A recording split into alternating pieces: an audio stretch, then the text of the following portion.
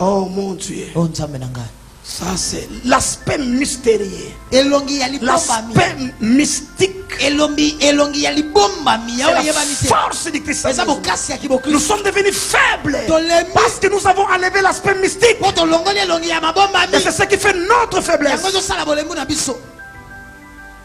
Normalement, je dis normalement pour dire que les choses ne sont plus ainsi.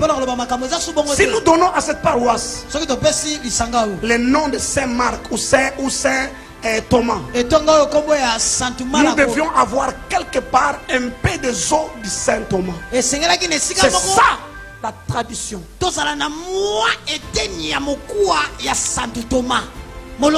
que l'esprit de l'archange Michel, si nous donnons à cette paroisse le nom de l'archange Michel, faut que son esprit soit le gardien de l'île.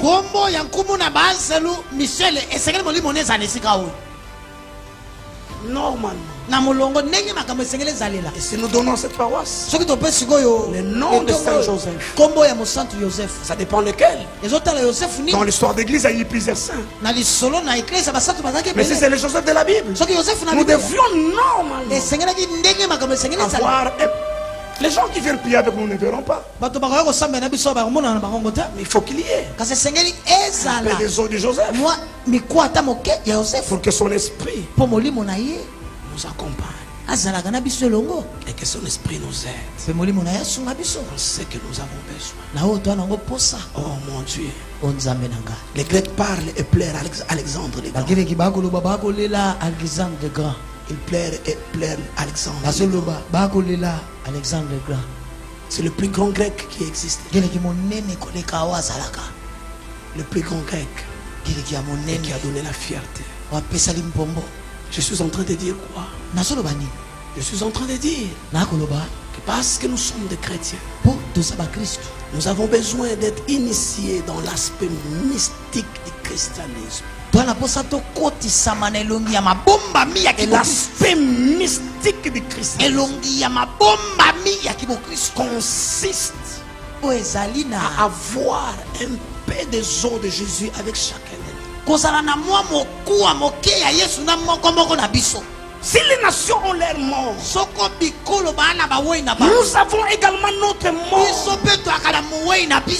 Le christianisme est fondé sur la mort d'un homme. Je vais t'expliquer dans le jour qui peut être la semaine prochaine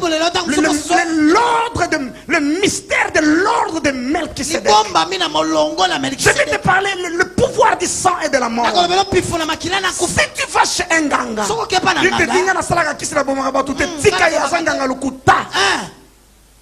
là où quelqu'un ne meurt pas, il n'y a pas de force de puissance. C'est pourquoi Dieu a tué Jésus-Christ pour que nous aussi nous ne travaillons pas seuls. Que l'esprit de notre mort, mon Dieu, nous accompagne où que nous allions. Le trajectoire est loin, la terre promise est loin. Ils avaient les eaux de Joseph. Nous devons avoir les eaux de Jésus jusqu'à ce que nous entrons dans la terre promise. Des choses que des vivants ne peuvent pas faire. Leurs morts vont les aider à accomplir. Nous avons un revenant, quelqu'un qui est mort, qui connaît le secret de la mort, connaît le séjour de mort. Oh, je parle de mort. Je parle de mort.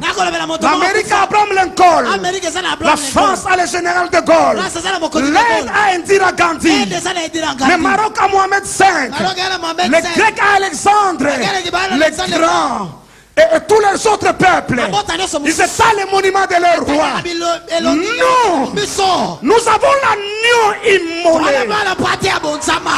Nous ne sommes pas comme les restes du peuple. Nous avons l'agneau immolé. Tu n'entends pas ce que je dis. Nous avons l'agneau immolé. L'esprit de notre mort nous accompagne.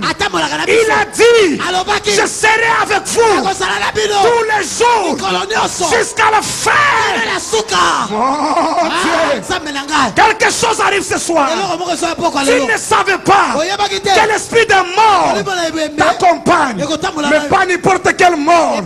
Le nôtre c'est l'alpha et l'oméga. Le nôtre n'a pas été fait de terre. C'est la parole incarnée. Oh. Pose-moi la question, Fabrice. Et pourquoi nous n'avons pas les eaux? Écoutez. Écoutez maintenant. Les nations de la terre font des monuments à l'honneur de leurs héros qui symbolisent les eaux. Ils gardent ça dans les mausolées. Mais Dieu nous dit, tu ne feras aucune image taillée. Vous savez pourquoi? On leur fait des monuments en bronze, en fer. On leur fait des leurs os. Parce qu'on savait que leur chair pourrira. Leur sang va périmer. Si un médicament est expiré, on ne le mange plus. Si un produit du lait est périmé, ça donne la maladie. S'ils gardent le sang et la chair de leur mort, ça va un jour pourrir. Et comme ça va pourrir, ça sera périmé. Ils ont besoin de garder les os. Mais le nôtre savait, sa chair ne pourrira pas, son sang ne périmera pas. Il dit, je vous donne pas les os, mais je vous donne ma chair, je vous donne mon sang, parce que la Bible déclare l'âme est dans le sang, l'âme est dans le sang, et le sang habite dans la chair. Quelqu'un dit yes.